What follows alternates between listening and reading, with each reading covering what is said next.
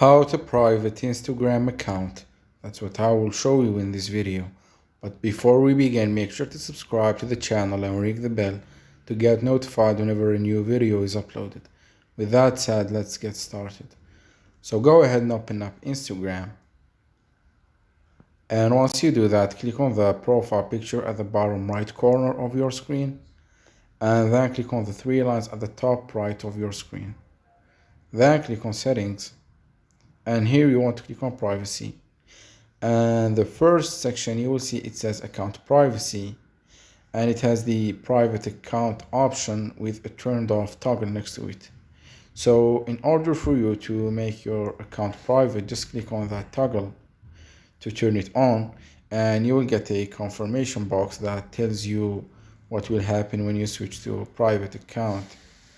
So click on switch to private, and once the toggle has been turned off, it means that your account is now private and not public. So that was it for this video. That's how you can make your Instagram account private. If you have any questions, please leave them in the comment section down below. With that said, see you in the next video.